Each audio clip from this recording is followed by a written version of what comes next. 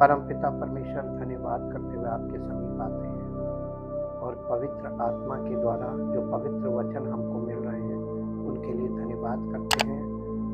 पवित्र आत्मा हम सब विश्वास करने वालों के हृदय पर वचन को लिख रहा है आत्मा के द्वारा, ताकि हम उसके लिए जीवित पत्री बने।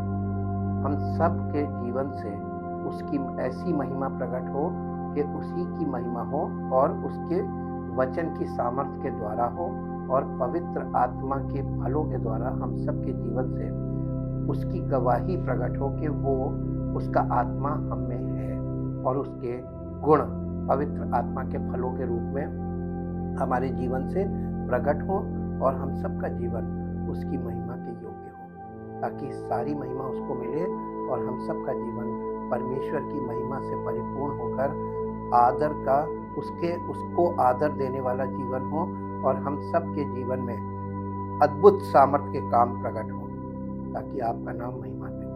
धन्यवाद के साथ प्रभु इस प्रार्थना को आपके इकलौते पुत्र प्रभु यीशु मसीह के जीवित पवित्र और सामर्थी नाम से मांगते हैं, आमीन। सबको जय मसीह की। परमेश्वर का धन्यवाद करते हैं उसके ये सुंदर समय के लिए कि हम लोगों को ये अवसर फिर से मिला है कि हम परमेश्वर की बातों को समझें पवित्र आत्मा के द्वारा और उसके वचन हमारे हृदय पर लिखे जाएं। परमेश्वर के वचन से अभी हम लोग जब प्रूनिंग वाला पार्ट देख रहे थे और अध्ययन कर रहे थे, प्रूनिंग का मतलब होता है किसी चीज की काट छाट करके उसको एक शेप देना, ताकि ये अगर एग्रीकल्चर में हम बागवानी में देखें, खेती में देखें तो उसे फलवंत करने के लिए होता है। लेकिन अगर हम इसको टेक्निकली देखें तो हीरे को जैसे तराशा जाता है, तराशना भी एक प्रकार की प्रूनिंग ही है और उसको इंग्लिश में कार्विंग बोलते हैं। पवित्र आत्मा सब विश्वासियों के हृदय को और जिंदगी को कार्विंग यानी उसको वो हीरे की तरह तराशता है, ताकि हम सब का जीवन बहुमूल्य हो सके संसार में और परमेश्वर की महिमा का कारण बनने पाए। इसलिए ये बहुत मुख्य चीज है। विश्वास एक बार करता है व्यक्ति, उद्धार एक बार पाता है, लेकिन कलीसिया में प्रभु क्यों जोड़ता है उसका कारण है प्रूनिंग, ताकि हमारी आत्मा के फल हमारे जीवन में प्रकट हो और हीरे की तरह हमें तराश कर अपनी महिमा में खड़ा कर सके। ये बहुत गूढ़ बातें हैं जो परमेश्वर हम सब के जीवन से अपनी गवाही को प्रकट करना मांगता है। मुंह की गवाही मान्य नहीं है, जीवन की गवाही मान्य है। इस संसार में लोग देखेंगे और खुद ही गवाही देंगे कि ये वाकई में परमेश्वर का जन है। हम लोग जिस प्रकार टैबरनेकल ऑफ मोसेस के थ्रू अब देख रहे हैं कलीसिया के विषय में कि कलीसिया क्या है, कलीसिया का आधार क्या है, और नए नियम में जो कलीसिया के विषय में बातें लिखी हैं इनको हमको अगर अंडरस्टैंड करना है तो हमें मूसा के तंबू में जाना पड़ेगा, जैसा कि कल हमने अध्ययन में देखा था। The Old Testament tabernacle was to be a sanctuary where God could dwell in the midst of Israel. यानी परमेश्वर ने पुराने नियम का तंबू, जिसे मूसा का तंबू कहते हैं, एक पवित्र स्थान था जहां परमेश्वर इजराइल के बीच में निवास करता था। जैसा कि हम लोगों ने कल देखा, ये यीशु की तस्वीर भी थी जो देह में आए और मनुष्यों के बीच तंबूधारी बने, जैसा कि कल हमने पढ़ा था यूहन्ना के पहले अध्याय के 14 पद में कि वचन देहधारी हुआ और हमारे बीच में निवास किया। टैबरनेकल तंबू के बारे में कई चीजें हैं जो हमें मनुष्य के साथ परमेश्वर के निवास के बारे में और कलीसिया के बारे में भी समझ देती हैं। परमेश्वर का अंतिम निवास स्थान कलीसिया है। आज के युग में अगर आपको परमेश्वर की उपस्थिति का अनुभव करना है, उद्धार प्राप्त करना है, परमेश्वर को आप चाहते कि आपका जीवन ग्रहण हो और उसका दर्शन आपको मिले, तो आपको कलीसिया में आना होगा और ये उसका अंतिम निवास स्थान है। और सबसे मुख्य बात जो हम लोगों ने कल देखी थी, टैबरनेकल को लेकर जब परमेश्वर ने मूसा से उस तंबू के विषय में बोला था बनाने के लिए, तो परमेश्वर ने किस बात पे जोर दिया था कि एकदम जो तुझे दिखाया गया है उसी के अनुसार पैटर्न के अनुसार बनाना, यानी एग्जैक्ट बनना चाहिए था। परमेश्वर का जोर था एग्जैक्ट पर, कि एग्जैक्ट होना चाहिए। परमेश्वर ने मूसा को निवास के विभिन्न हिस्सों के आकार और प्रत्येक के लिए उपयोग की जाने वाली सामग्रियों के बारे में विशिष्ट निर्देश दिए। कई मसीहों को चर्च में और अपने जीवन में सब कुछ ठीक उसी तरह करने की आवश्यकता का एहसास नहीं है जैसा प्रभु ने अपने वचन में आदेश दिया है। वे अपनी मानवीय समझ को ये निर्णय लेने की अनुमति देते हैं कि कहाँ तक ईश्वर का पालन करना है और कहाँ तक उसकी आज्ञाओं को संशोधित करना है। लोग खुद से उसमें अपनी मिलावट करते हैं, अपनी इच्छा के अनुसार उसको संशोधित करते हैं। परमेश्वर के वचन को ये गलत है, ये परमेश्वर ने मना किया था, एग्जैक्ट बोला था।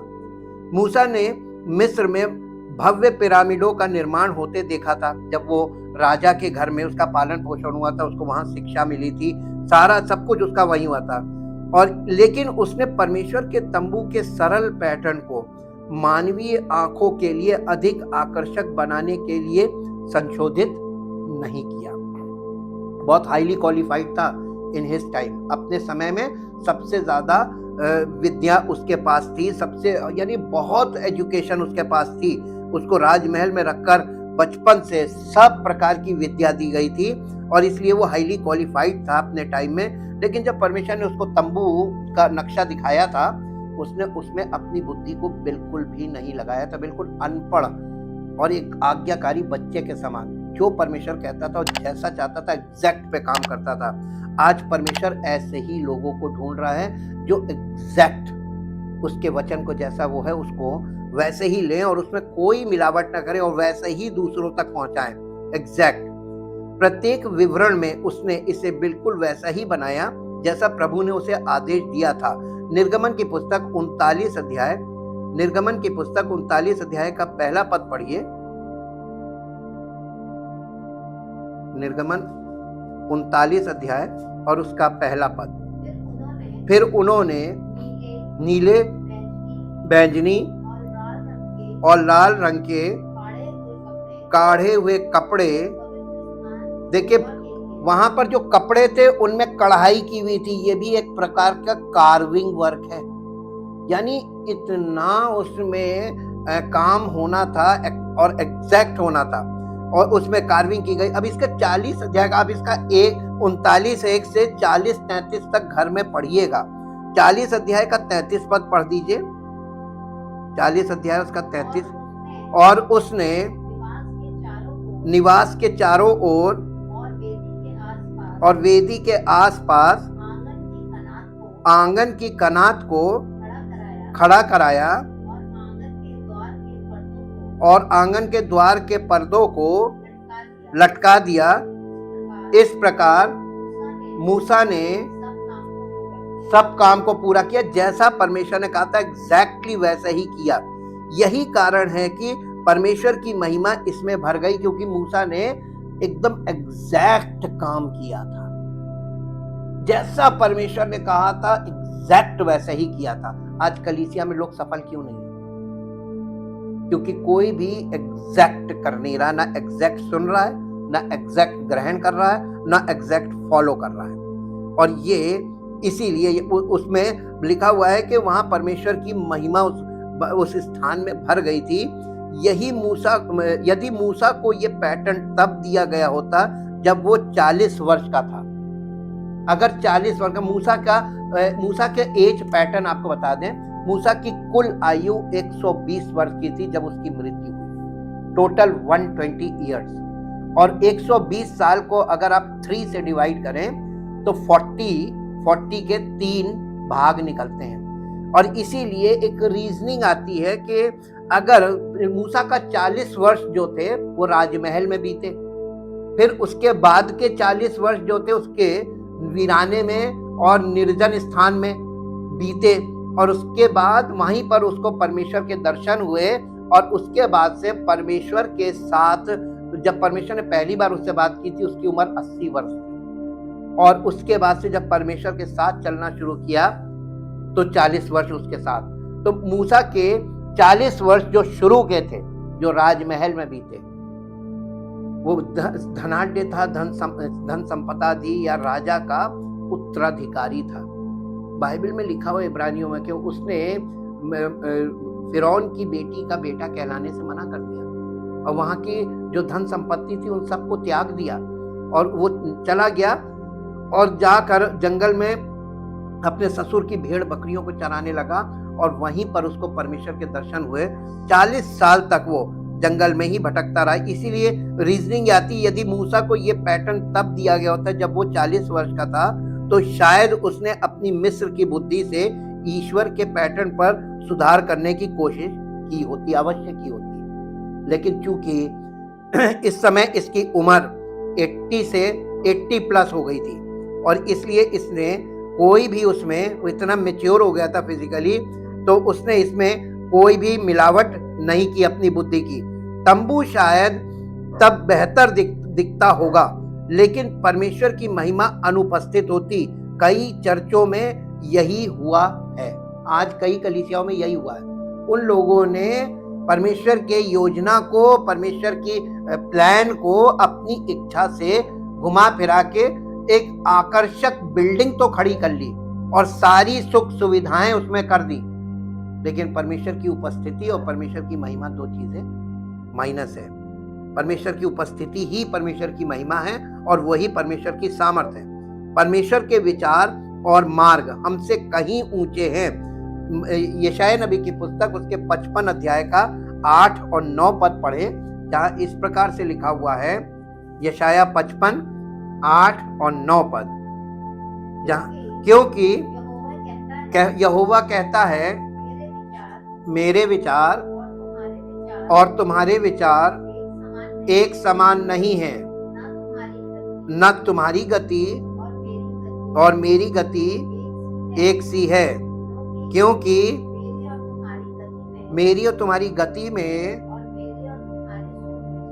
और मेरे और तुम्हारे सोच विचारों में, हाँ, तुम जमीनी विचार रखते हो, जमीनी रीजनिंग करते हो, जमीनी बातों पे, यानी तुम जमीनी व्यक्ति हो, और परमेश्वर का आत्मा हमसे स्वर्गीय बातें करता है। इसीलिए बॉर्न अगेन के बाद ही परमेश्वर की बातों का आपको अर्थ समझ में आएगा, जब आप स्वर्गीय जन्म आपका हो जाएगा, आत्मिक जन्म। जिन लोगों को इसका एहसास नहीं है, वे हमेशा अपने मानवीय विचारों को परमेश्वर की आज्ञाओं में जोड़ देंगे।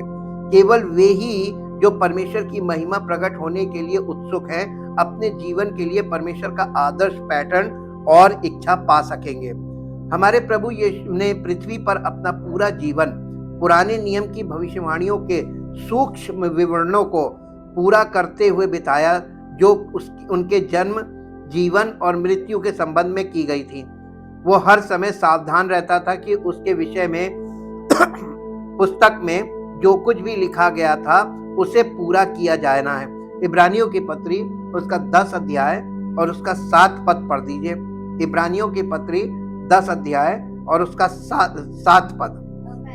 तब मैंने कहा, देख मैं आ गया हूँ, पवित्र शास्त्र में मेरे विषय में, यानी यीशु मसीह ने पिता से कहा कि पवित्र शास्त्र में मेरे विषय में लिखा हुआ है, यानी पूरा पुराना नियम यीशु मसीह पर आधारित है, केंद्रित है, ताकि हे परमेश्वर, यीशु मसीह का आने का मेन कारण था परम पिता परमेश्वर की इच्छा पूरी करना। ऐसी कई चीजें हैं जिनसे हम यीशु जिस तरह से मसीह का पहला शरीर पृथ्वी पर रहते थे उससे सीख सकते हैं। उदाहरण के लिए, वो एक बदसूरत गौशाला में पैदा हुआ था और सादगी में बड़ा हुआ था। उसके पास ऐसा कुछ भी नहीं था जो मनुष्य के लिए आकर्षक हो।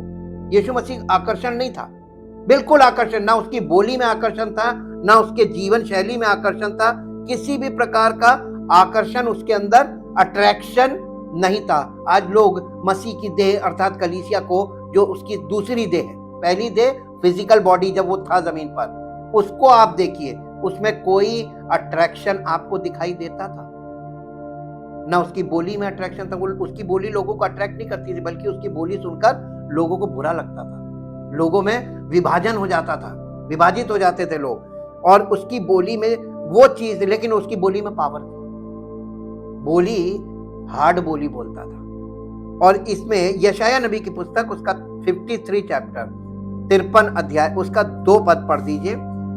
क्योंकि वो उसके सामने अंकुर के समान और ऐसी जड़ के समान होगा उगा जो निर्जल भूमि में फूट निकले। उसकी ना तो कुछ सुंदरता थी कि हम उसको देखते, और ना उसका रूप ही हमें ऐसा दिखाई पड़ा कि हम उसको चाहते। देखिए, बिल्कुल अट्रैक्शन था नहीं यीशु मसीह में। आज लोग आज की दुनिया में हर व्यक्ति अट्रैक्शन की ओर जाता है। लोगों को जो चीज अट्रैक्ट करती है उसको ईश्वर समझते। नहीं, अट्रैक्शन नहीं था। ये बहुत बारीकी वाली बात है और ये बहुत गूढ़ बात है। मसीह का दूसरा शरीर अर्थात कलीसिया वैसा ही होना है। आज कलीसिया में जो लोग प्रभावशाली इमारतों, संगीत और कार्यक्रमों आदि के माध्यम से लोगों को आकर्षित करने का प्रयास करते हैं, उन्हें इस सच्चाई का एहसास नहीं है। कोई व्यक्ति आकर्षित होगा लेकिन कुछ समय बाद वो पलट जाएगा। आकर्षण बहुत समय तक टिकता नहीं है। पृथ्वी पर हमारे प्रभु के जीवन के अंत में वो कह सकते थे कि उन्होंने वो काम पूरा कर लिया जो पिता ने उन्हें करने के लिए दिया था। यूहन्ना रचित सुसमाचार उसका 17 अध्याय, यूहन्ना रचित सुसमाचार उसका 17 अध्याय और उसका 4 पद, 17 अध्याय का 4, जो कार्य तूने मुझे करने को दिया था उसे पूरा करके मैंने पृथ्वी पर तेरी महिमा की है। परमेश्वर की महिमा परमेश्वर की इच्छा अपने जीवन से पूरी करने से प्रकट होती है। आपको कोई पसंद करे या ना करे, लेकिन आपको परमेश्वर पसंद करेगा, क्योंकि परमेश्वर की इच्छा को अपने जीवन से पूरा करना उसकी महिमा है। आप उसकी महिमा को करते हैं जब आप उसकी इच्छा को पूरा करते हैं। इसी यूहन्ना रचित सुसमाचार 19 अध्याय का 30 पद पढ़िए। 19 अध्याय का 30 पद यहाँ इस प्रकार से लिखा हुआ है, तब यीशु ने वो सिरका लिया तो कहा पूरा हुआ, और सिर झुकाकर प्राण त्याग दिए। उसका प्राण निकला नहीं था, उसने प्राण त्यागा था। पौलुस भी इस तरह से जिया कि वो अपने जीवन के लिए परमेश्वर की योजना के पूरे पाठ्यक्रम को पूरा करने में सक्षम था। दूसरा तिमोथियस 4 अध्याय, दूसरा तिमोथियस 4 अध्याय और उसका 7 पद पढ़ दीजिए। दूसरा तिमोथियस 4 अध्याय 7 पद, मैं अच्छी कुश्ती लड़ चुका हूं, मैंने अपनी दौड़ पूरी कर ली है, मैंने विश्वास की रखवाली की है। और यदि मसीही ये जानने की जहमत नहीं उठाते कि प्रभु उनसे क्या करवाना चाहता है, बल्कि अपनी बुद्धि के अनुसार अपने जीवन की योजना बनाते हैं, तो ईश्वर की महिमा उनके जीवन या उनके सेवकाई पर नहीं होगी। अगर आप परमेश्वर की इच्छा और योजना के अनुसार नहीं चलेंगे, नहीं जिएंगे, नहीं बोलेंगे, तो कुछ नहीं होगा। जबकि मानव ज्ञान पहले तंबू के आयामों को रेखांकित करने के साथ शुरू हुआ होगा। छोटे विवरणों में जाने से पहले परमेश्वर ने सबसे पहले मूसा को वाचा के संदूक के लिए पैटर्न देकर शुरू किया। संदूक फर्नीचर का एक छोटा सा टुकड़ा था जिसे तंबू के सबसे छोटे कमरे में रखा जाता था, सबसे पवित्र स्थान, जिसे परम पवित्र स्थान कहते हैं। परंतु वो कमरा वो था जहां परमेश्वर की महिमा उपस्थित होने वाली थी, और इसलिए उसको पहले बनाना पड़ा। ये हमें सिखाता है कि हमारे जीवन में हर चीज की शुरुआत ईश्वर से होनी चाहिए। जैसे बाइबल स्वयं इन शब्दों से शुरू होती है, शुरुआत में यानी आदि में ईश्वर ने, हमें अपने हर फैसले में ईश्वर को पहले रखना चाहिए, यानी प्रथम स्थान। आदि में परमेश्वर ने। तो शुरुआत परमेश्वर कर रहा है। निर्गमन की पुस्तक 25 अध्याय का 10 पद पढ़िए। निर्गमन की पुस्तक 25 अध्याय का 10 पद। बबूल की लकड़ी का काहे से शुरुआत हो रही है? वाचा के संदूक से, ये जो कि एकदम उत्तम चीज थी, जिसपे परमेश्वर की उपस्थिति ठहरनी थी और वहां से परमेश्वर हमसे बातचीत करना चाहता था। ये तब था जब मूसा पहाड़ पर परमेश्वर के साथ अकेले थे। 40 दिनों तक उपवास और प्रार्थना करते हुए उन्होंने तंबू का नमूना देखा, और ये आपको मिलेगा निर्गमन 25 अध्याय के 40 पद में, कि जब वो 40 दिन वहां पर था ऊपर परमेश्वर की उपस्थिति में, तब उसको ये नमूना दिखाया गया था। और सावधान रहकर इन सब वस्तुओं को उस नमूने के समान बनवाना जो तुझे इस पर्वत पर दिखाया गया है। जो लोग ईश्वर की प्रतीक्षा करने में बहुत जल्दी में हैं, या जो मनुष्यों की राय की अधिक परवाह करते हैं, वे कभी भी ईश्वर की इच्छा को समझ नहीं पाएंगे। एकदम उनके लिए बाहर का रास्ता वो कभी समझ ही नहीं पाएंगे। परमेश्वर ने बसलेल और ओहोली आपको तंबू बनाने के लिए बुलाया। उसने उन्हें इस कार्य को करने के लिए पवित्र आत्मा के माध्यम से अलौकिक क्षमताएं दी। निर्गमन की पुस्तक 31 अध्याय, निर्गमन की पुस्तक 31 अध्याय उसका पहला, दूसरा और तीसरा पद पढ़ दीजिए। ये कारीगर कहां से आए थे? काम करने वाले। फिर यहोवा ने मूसा से कहा, सुन, मैं उरी के पुत्र बसलेल को, जो हूर का पोता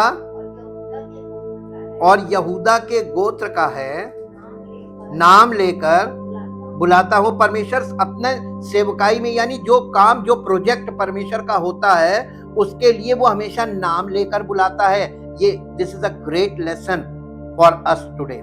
हर एक सेवक के लिए बहुत इंपॉर्टेंट है।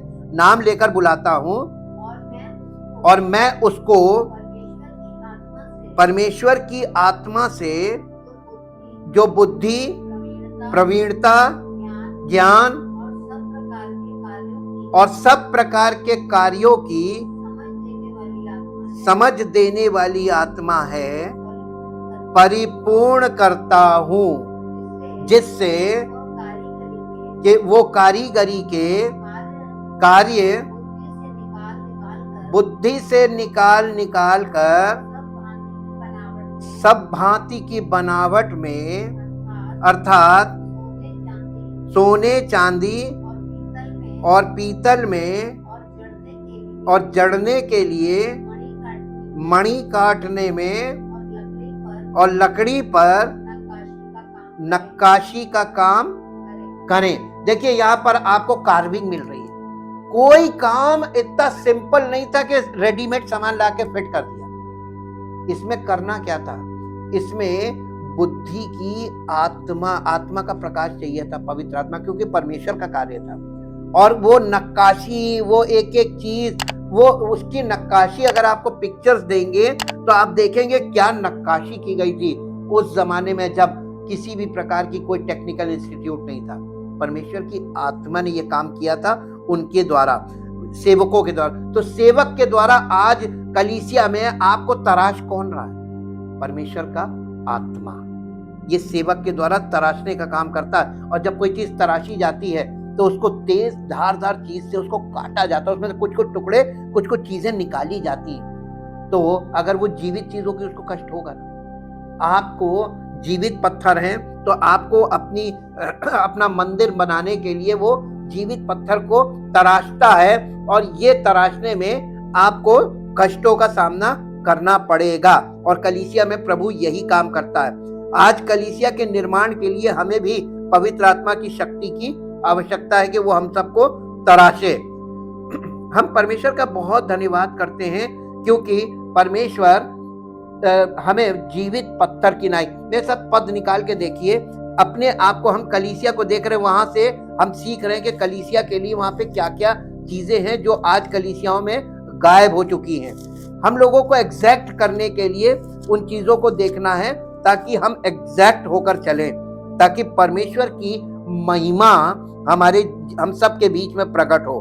मेरे साथ पद निकालिए, इफिसियों की पत्री 2 अध्याय और उसका 21 और 22 पद पढ़ दीजिए। इफिसियों की पत्री 2 अध्याय 21 और 22 पद। जिसमें सारी रचना एक साथ मिलकर प्रभु में एक पवित्र मंदिर बनती जाती। जीवित, क्या लिखा है? सारी रचना एक साथ मिलकर पवित्र मंदिर बनती जाती है, जिसमें तुम भी आत्मा के द्वारा परमेश्वर का निवास स्थान होने के लिए एक साथ बनाए जाते हैं। यानी हम वो पत्थर हैं, जीवित पत्थर। प्रभु यीशु मसीह भी जीवित पत्थर है, तो हम सब भी जीवित पत्थर है। तो हम मसीह की देह में लगाए जा रहे हैं और हमें फिट किया जा रहा है। लेकिन ये ऐसे नहीं फिट किया जाएगा। वहां पे अगर आप देखें तो जब ये आपको एक रेफरेंस मिलता है, और वो मिलेगा आपको पहला राजा की पुस्तक में, जहां पे सुलेमान का मंदिर बन रहा था जो पत्थर का था। ये आपको देखने को मिलेगा कैसे कलीसिया में हमको जीवित पत्थर की नाई तराशा जाता है। पहला राजा 6 अध्याय और उसका 7 पद पढ़िए।